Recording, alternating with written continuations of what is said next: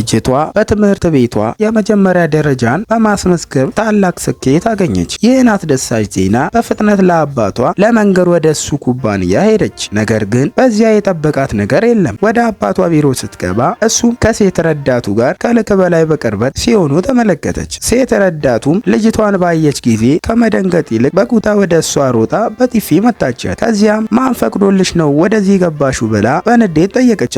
አሳዛኙ ግን አባቷ ሁሉንም ነገር እያየ በቦታው ተቀምጦ ምንም ሳይናገር መቆየቱ ነበረ። ልጅቷ ያበጠውን ፊቷን እየሸፈነች በእንባ ወደ ቤት ሮጠች። እናቷ ልጇ ወደ ቤት እንደገባች በፊቷ ላይ ያለውን የጥፊ ምልክት አስተዋለች። ይህም በጣም አስቆጣት። ባሏ ከቤት ውጪ ከሌላ ሴት ጋር ግንኙነት እንዳለው ቀድሞውኑ ታውቅ ነበረ።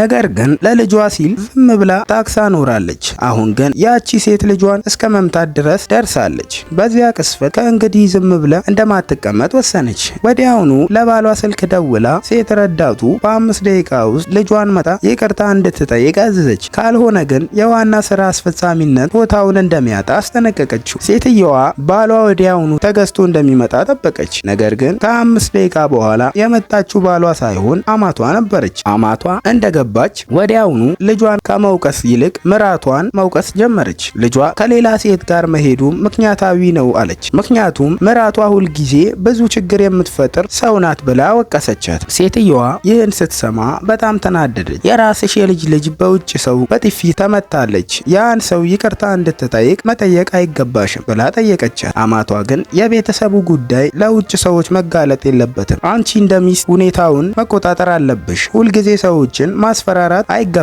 ሌሎች ቢያውቁት ያሳፍራል ብላ መለሰች። ሴትየዋ እነዚህን ቃላቶች ከሰማች በኋላ የመጨረሻ ትዕግስቷን አለቀ።